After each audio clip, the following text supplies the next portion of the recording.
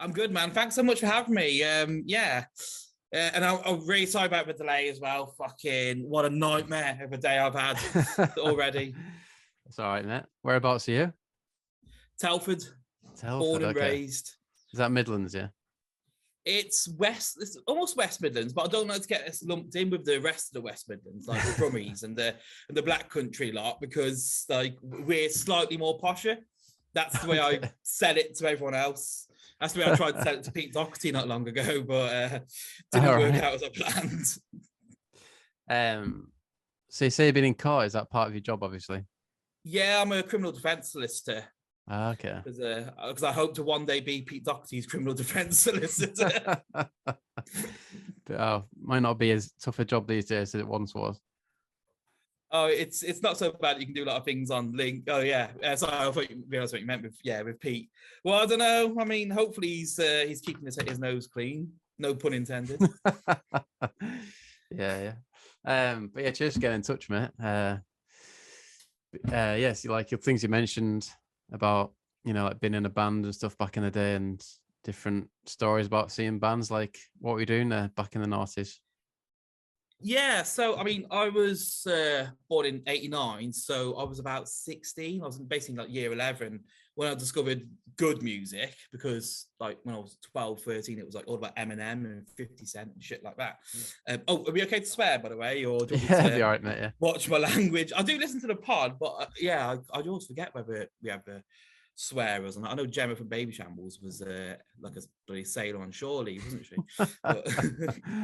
but yeah, so about 2000, end of 2004, I started seeing this person who I thought was Kate Moss's lesbian lover in the papers all the time, and I was like, because Pete looked just like a girl, and I was like, who the fuck is this person?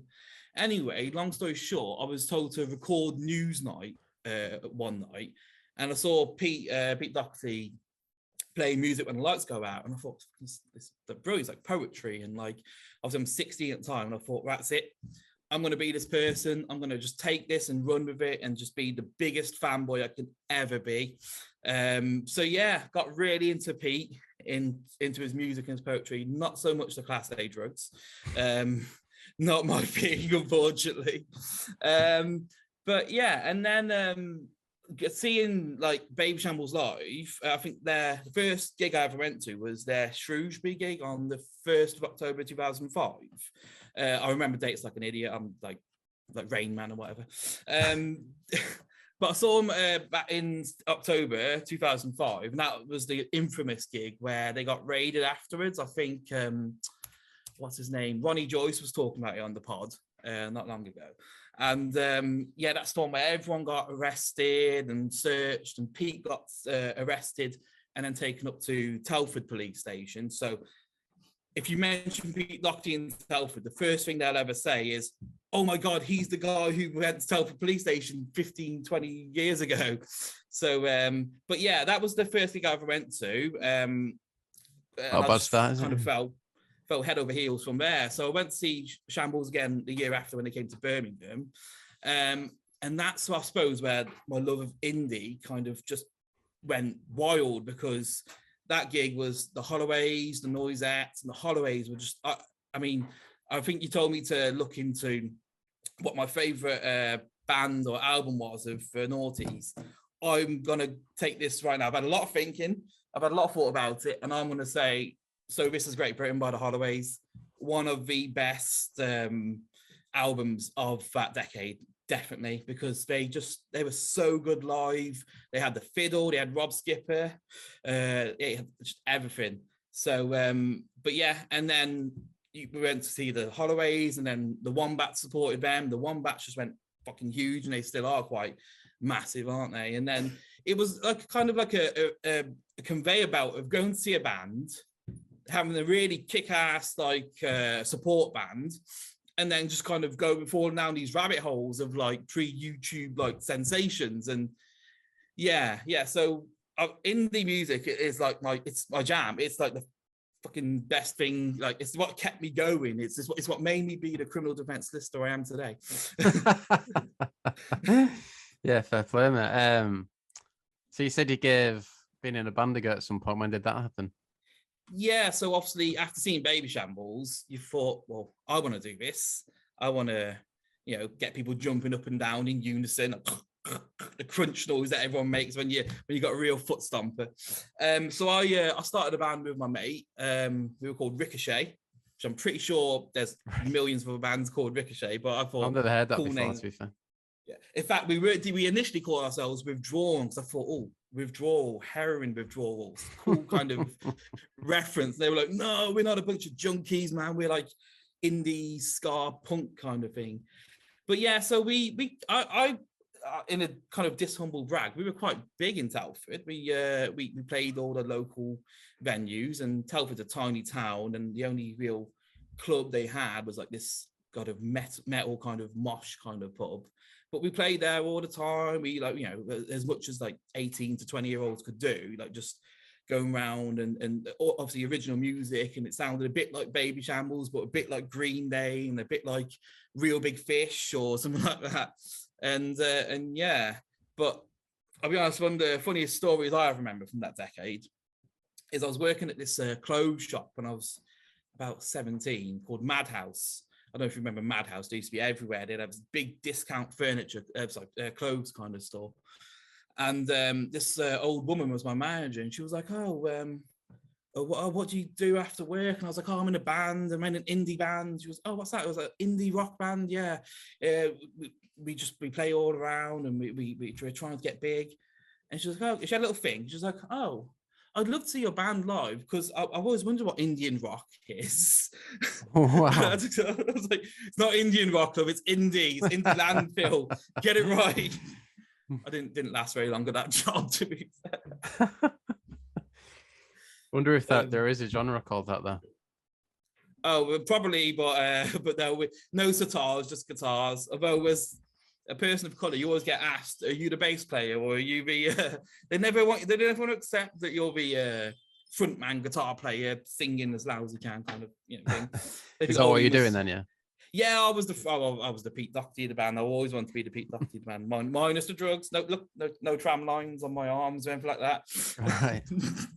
But yeah, man, it's one of them where you get inspired so much by a person that you just want to be them. And luckily, it was 2005, 2010, where you'd being like your idol was like just starting a band. Nowadays, I think there was a guy who was really into BTS, and he physically became that person, like got operations done and shit like that.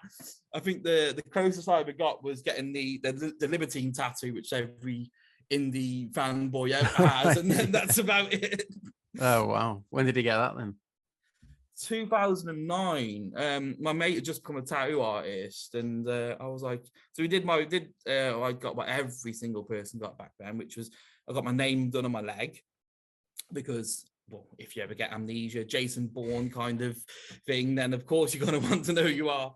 And then, yeah, I thought let's do the Libertine one, because I've liked him for 4 years now, 5 years, and I'm never going to fall out of love with him. And yeah, it's not happened since. Yeah. Fair play. So what? Just going back to your favorite album, saying the Holloways, what puts that album above the likes of, you said you're into Baby Shambles and Libertines. What puts it above that for you? I mean, obviously the standard answer to favorite album of noise would first thought is Shot as Nation. I mean, you cannot go wrong with that album. So Baby Shambles, Shot as Nation, it was the perfect album of that time. But like I said, the more you think about it, the more you think of, well, obviously Shot as Nation was big because it was always going to be big. It was Baby Shambles' second album, their biggest. It was EMI, and they all had all the money and all the studio time in the world. Holloways, so this is Great Britain. I mean, it's quite a sad story when it came to their second album and things like that. But right then, it was the height of their fame. They just came off supporting Baby Shambles in 2006, headline tours in 2007, and I just feel like it never ever should have been a success, but it's the perfect album of the time. I mean, I can't think of any other bands other than I think Yellow Card that have a fiddle player, and they have kind of country kind of jams and really slow songs about a whore on the King's Cross or whatever. There's really just, it's the perfect album to sum up 2007, 2006, in my view, because like I said, you've got the almost Libertines kind of co-lead singer of Alfie Jackson, and you've got Rob Skipper like sharing the vocal duties, and like I said, it's a shame they didn't get as big as they did. And obviously, it's a shame that Rob passed away in 2014, I think. But yeah, there's almost like the band that could have been, and so yeah, I like that. I say that's my favorite album because one, like I said, it has so much integrity, and number two, I hope that people go out and listen to it now because yeah, I'm always an avid fan of the Holloways. So how many did you get to see him much live? You said you saw him supporting Baby Shambles. Yeah. So I said me and my old best mate, I'd say at least 6 times. Every time a band came to Birmingham or Wolverhampton that we like, because obviously that's the closest kind of city to Telford, we'd be there. In fact, the last time we saw him was about 2008, I want to say, where they kind of fizzled out a bit, but it was before they broke up and got new members of a band and stuff. They played, I think, the Bar Academy in Wolverhampton. So we turn up, and my mate and I were like the nerdiest music people ever. So we'd get there hours before the doors open, make sure we get right on the front row of every gig and sit on the barrier and stuff like that. So it became apparent that people attended that gig, not for the Holloways, but basically for the support band. I think a band called the Monotones, who were based in Telford. So Monotones came on, everyone went wild. They were pretty good, like a ska kind of band. But when the Holloways came on, a lot of people just fucked off. So obviously Alfie comes on, and they do all the hits, and then they do all this new music that they just released. I think they released an EP called the Sinners and Winners EP. Really, really good EP as well. I need to check that out. I feel like I'm their publicist or something, so I just keep it. But they just released this Sinners and Winners song, which is a really amazing, like, again, shared lead vocals kind of song. So me and my mate Scott are just like singing along to every single like word. We know all the words. We've listened to that song about 50 million times at that point. And Alfie just can't stop staring at us. So he finishes the song, comes down from the stage and says, "You two knew the words to every word to that song. What the hell?" And he was so like chuffed. I feel like, although it might have been a shit gig for them, I feel like that might have made their night, because like he's got 2 slightly overweight 20-year-old fanboys who just like who just love this shit. So I'd like to think that we kept them going for another month or 2 before they decided to fizzle out and split up. So yeah. Yeah, there's like a thing about that generation of bands where they were quite approachable. Did you find the likes of the Holloways quite approachable people? Yeah, absolutely. Yeah, like I said, the second time we'd seen them live was I think the Academy 2 in Birmingham, and it was the first time I'd ever seen that after a gig had finished, the band would hang around the merch table, take pictures, stuff like that. And I thought, well, why are these Hollywood superstars hanging out with us, like, as working class? Why they should be backstage drinking champagne and doing cocaine. But now they were so kind of humble, so like shaking your hand and taking pictures, and obviously, then you want to buy a T-shirt and stuff. But any question that we had as well, they'd answer straight away, like about, and it still goes on to this day. I mean, I did see Pete Doherty last year in Wolverhampton. He came to Wolves, saw him before the gig, and I'm not sure if this is a coincidence, but I did say, look, I love you, all the fucking music you do. I love the new stuff. I think it was the Puta Madre stuff at the time. He hadn't done his solo Frederick Lowe stuff at the time. And I was like, well, my favorite song of yours has to be the Libertines B-side, Never Never. And then that night he plays Never Never and like points at me. So I think it was because of me, but I was so proud of like that Pete played the song for me. But yes. Relevant to that is I saw Carl Barrett in January of this year. He played a little tiny gig in Stafford, which I don't know why, but he had Drew McConnell from Baby Shambles playing bass. He had a chap, what's his name? Jay. He's down as Jay to the Bone on Instagram. I can't remember his last name, but really cool drummer. He plays for Trampoline and stuff like that. And he had a guitar player who looked a bit like a metalhead. And I was like, who the hell is this guy? Turns out it's a chap called Ollie Burden. And I thought he's a really cool looking guy, but he doesn't belong in this band. He looks like he should be in like I don't know, Avenged Sevenfold or something. So and I hung again, fanboy, just hanging around afterwards, trying to get a picture of Carl. Long story short, Carl says, come backstage. I've seen you hanging around, for ages. So he lets, well, I say backstage, it's like the room next to the pub that he was playing in. So I go back, shake the hands, meet him and everything, tell him how much they mean to me. And here's my Libertine tattoo. It's the same one as yours, Carl, and stuff like that. So I thought, I'm going to be cheeky now. I'm going to try and get a bit of an inside scoop. So I was like, Carl, Libertines, new Libertines albums on the horizon. I'm really interested in like the production side of it. So who do you think, who are you going to look to produce it? And before you had said him, I was like, well, would it be Mick Jones? He did great on Up the Bracket and the self-titled. Are you looking to maybe Stephen Street, who just did wonders with Pete for those 3 albums that he produced? And he was like, no, I think Ollie over here will do it. And I laughed. And I was like, okay, yeah. And I kind of like scoffed at him. And I didn't realize that he was actually being serious, because Ollie is actually this big fucking producer. He plays guitar in... what's it called? Oh, what are they fucking called again? It's gonna come to me, but big kind of dance band. They did that. No, it's gone. There's a huge band name that he plays guitar in. He is a super producer. He's up and coming. He's doing all these songs. And I think he was actually being serious, and that Ollie Burden will be the producer of the next Libertines album. But I thought it was a joke. I thought, no, this guy doesn't look like Carl, doesn't fit in. But I suppose what I'm saying is you can't judge a book by its cover, because this guy's really talented and he's likely going to be the next. So that's a bit of an inside scoop, I think, is that the Lib's new producer will be Ollie Burden from, what are they called again? What songs have they got? The band? Yeah. Oh, they're huge. When I say it, I'll be an idiot. Ollie Burden. I'll Google his name now. Yeah, it's fucking hell. Ollie Burden. Big dance, rockish kind of band. Firestarter. Prodigy, that's the one. Right, okay. I'm pretty sure, it's probably, he plays guitar for Prodigy. So, like I said, right. I thought he was just like a hanger-on kind of thing, because, not to be offensive to them lot, but they sometimes have hanger-oners kind of join the band. But no, he's quite established, and he's got, it seems like a pretty cool professional setup. Yeah, cool. What songs was Carl playing? Is it like solo stuff? Oh man, that was such a good gig. Full disclosure, I got COVID from that gig. I avoided it for 2 years, and I, again, fanboy, got straight to the front of the queue, straight to there was no barrier or anything. So it was me, my brother, a few fans, and then obviously it was about 100 people in the gig. And then about 6 to 12 inches away from me is Carl Barrett and like the whole band. It was like such an intimate, cool gig I didn't expect.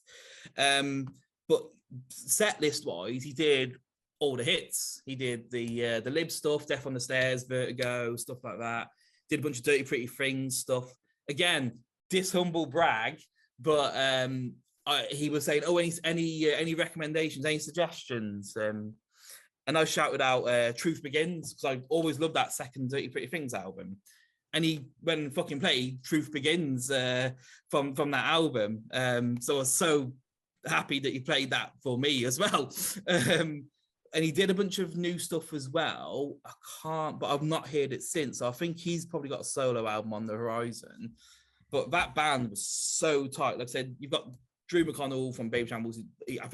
He took time off to touring with Liam Gallagher to go and play with Carl. So that in itself is like, oh my God, they must be paying him a shitload of money, or he really likes Carl. And like I said, you got these other 2 chaps who just, smashed out the park. So... Well, I end up potentially, again, inside scoop, I think I might have got COVID from Carl Barrett, because he was the only one who had his saliva coming my way that night. Yeah. Indie amnesty. Is there a... I would say allegedly. I don't want to get sued by Carl Barrett. I don't want to have a libel suit after this. But yeah, from, say, back in the day then, unless you've mentioned it already, is there a gig that stands out as the best one? Oh man, that is tough, because like I said, the Shrewsbury one when Pete got arrested afterwards, can't remember much of it, because I always when when I was 16 years old, I didn't know what I was doing, but I lied to all my friends afterwards saying, oh, Pete Doherty pulled me on stage and let me sing Kilimanjaro with him. It was amazing.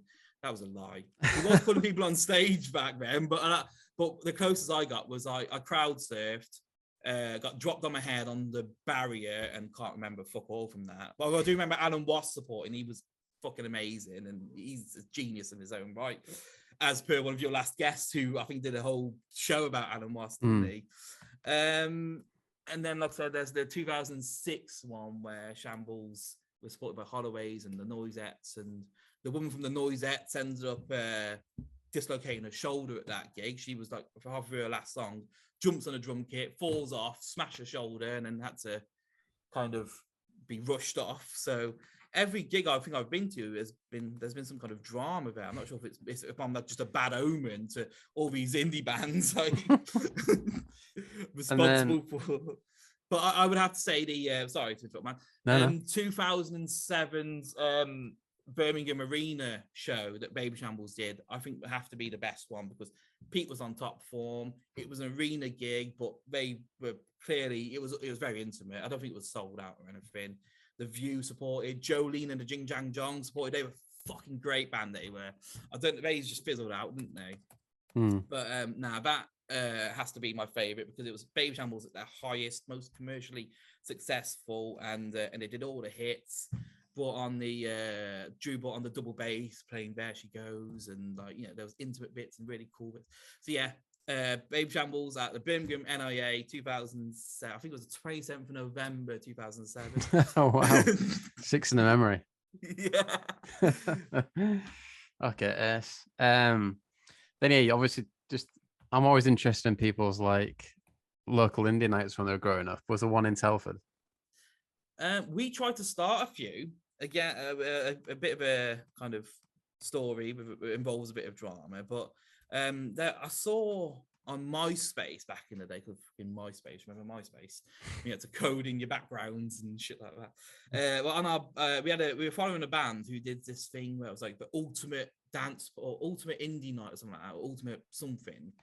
So I was like, that's pretty cool. I'm gonna use that to promote our next gig and try and do like an indie night in this club. So I was going around knocking on doors saying, can you let our band play? And some people said yes. So I did it. I did like a post. I had to make all the posters and everything, and just took control of everything. And I think I did like Ultimate Indie Night 2008, Ricochet, supported by this man.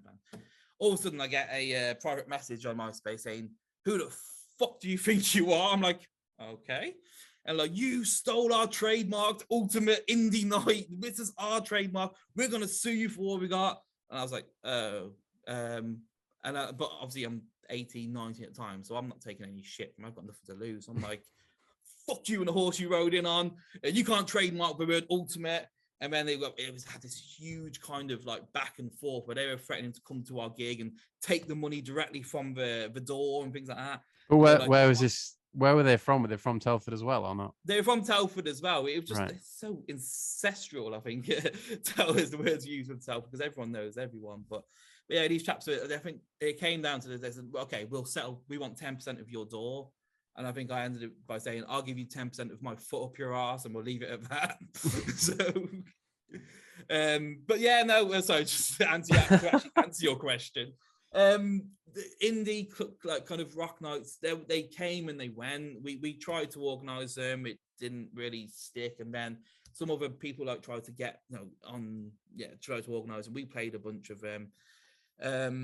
But I suppose the truth is there were much bigger and better bands out there than us, so we kind of we knew our place. We try and open and stuff like that, but no, never really hit any kind of like regular kind of night because they'd come for 2-3 weeks and then 2-3 months and then they just fizzle out. So no, Telford wasn't the biggest indie scene. The scene was more like Wolverhampton, Birmingham, and beyond, which 20-year-old little overweight kid from Telford isn't going to want to travel to London and try and show everyone his spoken word poem with a over trebly indie guitar just to kind of it's not going to happen really.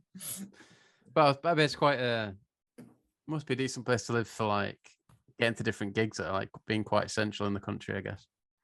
Definitely, yeah. Like I said, I spent most of my time going to Birmingham to see any cool band. And like I said, I'll be honest, I'm underselling it because I think I would have been to maybe over 100 gigs in my lifetime. You know, I mean, it seemed like the bigger bands like I think Angels and Airwaves were, I was a bit of a fanboy with them as well when Blink 182 and stuff like that. So yeah, if you ever want to go see, I don't know, Green Day or whatever, you just jump on a 50-minute train ride and go to the arena or the NEC or something like that. But I made a point of never going to those arena gigs apart from Baby Shambles because you may as well just watch it on YouTube nowadays. Like I like the intimacy of the gig. In fact, I'm going to see Morrissey next month. He's coming to Birmingham. Okay. Normally, again, I turn my nose up at any kind of bigger artist because you want intimacy. But he's playing, I think, the O2 Academy, which is about 2,000 person capacity. And I mean, a bit of a Morrissey fanboy nowadays, and I used to be.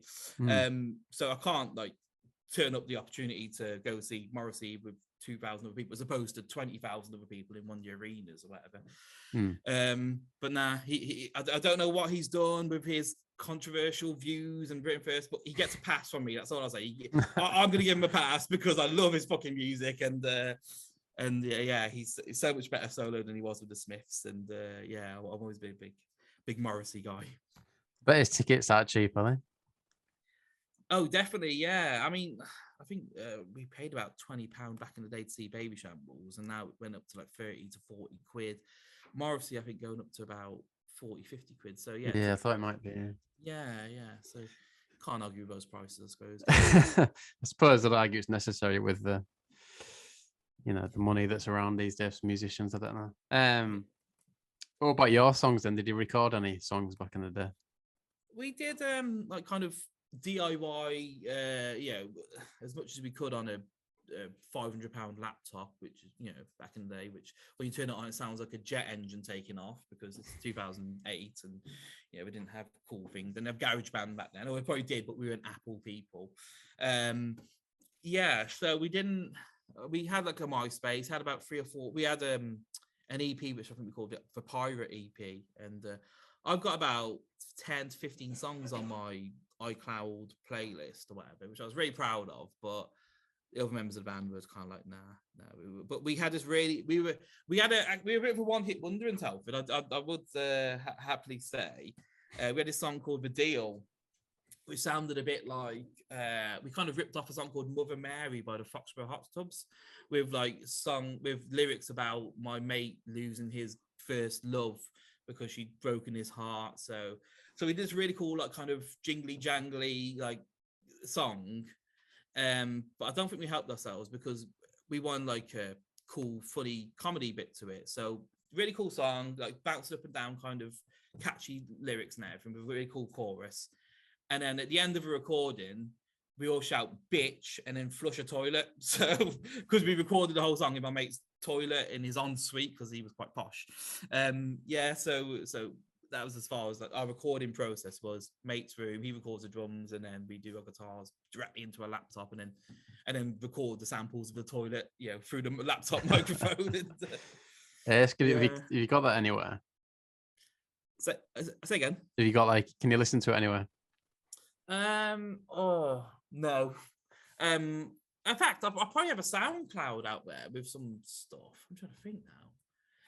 Everything was on the MySpace, but you can't get on MySpace anymore. No. It goes all cody and weird. YouTube. But I do have a YouTube account. I think that was it because I started a little side project called Witches and Thieves. I thought it was a really cool name for a band. So I did a few solo-y kind of like projects on my own with me singing and doing the guitar and the bass and the drums and everything like that. But yeah, if you go on youtube.com/witches and thieves, you'll right, get I love all my crappy recordings and my horrible singing from 2007. But yeah. But I'd like to think I've gotten a bit better with singing and playing recently, because I'm playing a covers band now, as any failed musician does. We turn to the dark side and we sell out, and we want that £45 per gig as opposed to playing for free and for exposure. So yeah, I'm playing a pretty cool covers band at the moment where I play guitar and keyboard. We're called the Manhattans. Again, I'm pretty sure there's another band, there's probably a big band out there called the Manhattans, but we drink Manhattan, so we call ourselves the Manhattans, and we're waiting for that cease and desist to come through any day now. What's in your set list? Oh man, it's cool. It's stuff that I'm not really offended by anything. The most the most tacky thing I suppose we do is by Willow. I think Willow does a song called "Meet Me at Our Spot." So we've got the cringy for the kids kind of stuff with that one. I get to sing because I'm not the lead singer in this one. We got a girl because girls are always better than boys in terms of vocals. But I get to sing lead vocals on "The Darkness Is I Believe in a Thing Called Love," so I get to like kind of rip that one out at the end and stuff like that. Nice. Sadly, no real indie stuff. I did ask a few months ago if we could do Pete Doherty's "You Can't Keep It From Me Forever," which I think is a really cool, catchy song. And the rest of the band were kind of like, Pete Doherty, I'm not sure. I don't think my mum would like that. And they kind of just they toss into the side and like, we don't want to be in the Pete Doherty crowd. Sorry, guys. but nah, just general, you know, the Foot Stompers, X's and O's by El King, and like, yeah, well, Bryan Adams and just the usual stuff you'd get any covers band doing. Yeah. Are there any like any new bands that you've been getting into then that kind of can compete with the band you're into back in the day? Definitely, yeah. Oh, sorry, just going back to the last question about about my covers band. I'm not trying to promote us, honestly. we don't want the work. We're too busy. But we did actually recently. Well, our first ever gig actually as the covers band. We played a pub called the Wrekin View in Telford, and that was mentioned on the 22 Grand Pod a few months ago when I want to say Gemma was on. Gemma. Oh, I can't remember her name now. Clark, yeah. Gemma Clark, yeah. When she was on, she talked about playing that gig. She said it was a dodgy carvery in the middle of Telford. But yeah, I'm proud to say that our first gig was at that same pub. So yeah, we're slowly following. I'm slowly following in Pete Doherty's footsteps. I'm getting there. I'm playing the venues that he's played. Yeah, but in terms of new music, honest to God, and this isn't a kind of sycophantic way of me, promoting your pod, but your podcast has introduced me to so much stuff that I was never into back in the day, like the Klaxons. I used to hate the fucking Klaxons because I was like, you can't be indie and have a synth. You can't have the DJ shit. But obviously now as I get more mature, I kind of feel like, well, yeah, they're really cool. The Klaxons are, and then obviously Paddingtons and stuff like that. Yeah, it was kind of Pete Doherty or die. Was my mentality back then, but yeah, no. And in terms of like new music as well, oh God, I don't know. I'm kind of regressing now, and I'm going back to like 80s kind of like Styx and fucking what are they called, Toto and stuff like that. I'm just really into like Toto and that at the moment, but I do try and keep contemporary stuff in my Spotify playlist as well. But no, but what I'm trying to say there is like, you are exposing people to really cool stuff that people didn't really. The horrors are another one as well. Yeah, like I wasn't really into horrors. I was like, well, why are these guys in makeup? And when you're 17 or 18, you kind of have no tolerance for that kind of shit. But then, you listen to a cool interview and you think, actually, they were really fucking cool, man. Yeah, I know what you mean. There's been some guests where I've only unlimited stuff, and then I've got like a lot more into them since interviewing them. Yeah. And quite a few like that. But yeah. But another kind of sad story was the Little Ones as well. Ronnie Joyce's band, they supported Shambles back in 2005 at that Shrewsbury gig. They were such a good band, man. They sounded a bit like Baby Shambles, but they had their own kind of thing going on, and Ronnie playing tambourine and stuff like that. It was just a really cool kind of vibe. But they, I think Ronnie said he hit it big with that Christian Dior chap or Yves Saint Laurent or something. So they had like a cool fashion following, but they never really never made the top of the pops, did they? Which is just a shame because that was the top of the pops was the trophy, wasn't it? Yeah. Yeah. So have you seen the Libertines in recent times?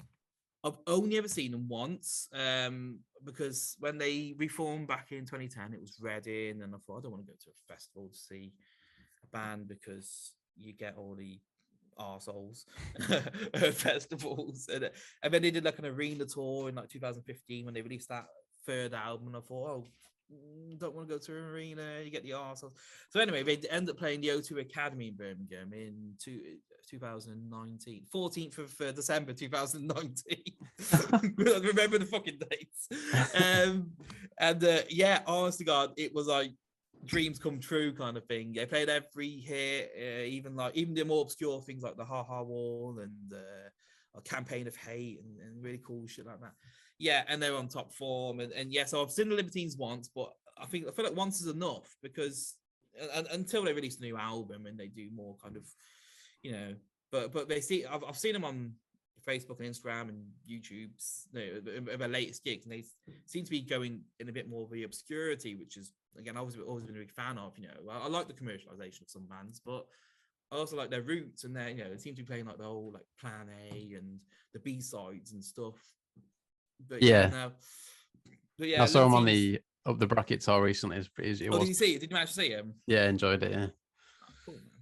That was cool. Yeah, I've always been a big fan, but yeah, Libertines once, Shambles about 8 to 10 times, Pete solo maybe 4 times. In fact, I did manage to go see Pete back.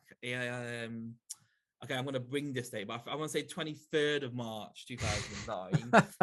he did when he released Grace Wastelands. He did a little tour with Graham Coxon from Blur. I think he had Drew McConnell and Adam Vicek playing bass and drums on Baby Shambles. He had a 4-piece kind of string quartet. I'm pretty sure Stephen Street might have been playing keyboards in that one, but I could be wrong. But I mention this anyway because that was the one gig where he was like, I'm going to welcome to the stage Lee Mathers. I was like, pretty sure I know Lee Mathers. And obviously Lee Mathers is the lead singer of the Lars, and they did There She Goes, and they did Son of a Gun. I was like, this is like a once in a lifetime moment, man. Like, this is seeing like Pete on top form, playing his solo stuff, playing Graham Coxon playing the lead guitar for Fuck Forever. I don't think I'll ever see that again this lifetime. You know what I mean? Like, it was just such a cool kind of experience. So yeah, man. I mean, like, with Pete gets a bad rap, doesn't he? With all the gigs he cancelled and the videos of him being out of it. But honest to God, like, I've never seen him out of his head. I've never seen him kind of, I've always caught him at his best. So I think I might be a good omen for Pete Doherty, because I might be his good luck charm or his talisman or something. But yeah, man, he's always been on top form. Always been like a really cool, unique kind of bit to it where they do with an old song. And yeah, sorry, I'm fanboying out again, but like, yeah, I could talk about this all day. Did you read his book? Yeah, I read his book. Yeah, I enjoyed it a lot. Yeah, so cool, man. I mean, there's so much insight. I mean, it provides a bit more about, like I said, I don't want to sit here and defend him and stuff like that. He's not me to defend, but like, it's a shame that some of the rumors were true, I suppose, and like he was quite bad, because I was really naive back then. I thought, no, they're making him out to be a villain, and he probably doesn't do that much crack, and he probably doesn't do that much heroin, but turns out he was doing that much crack. He was doing that much heroin. He was also doing that much ketamine and coke, and trying to give Julian Casablancas from the Strokes, trying to give him some crack and stuff like that. And it's like, it's really cool to have those stories, but God, I feel for him, man. Like, he was definitely swept up in it, wasn't he? So yeah. He's like, he was very honest, that book, wasn't it? Yeah, definitely. Yeah, it was good. All right, mate. Well, I think that's spot on. Cool, man. Well, thanks so much for having us, Harry. That's a big fan of the show, and I'm ashamed to say I haven't subscribed to the Patreon yet, but that is on my list of things. It will be done by the end of it. By close of business, I'll be a patron as well as a Apple Podcast subscriber. Cheers, mate. Well, this is going on Patreon, and yeah, it might end up on YouTube at some point if that's all right as well. Yeah, absolutely, man. Cool. I haven't incriminated myself or anyone else. I mean, I've incriminated Pete Doherty, but I suppose you can't really. No, I don't know. I need to stop shit. He's gonna beat me up one of these days.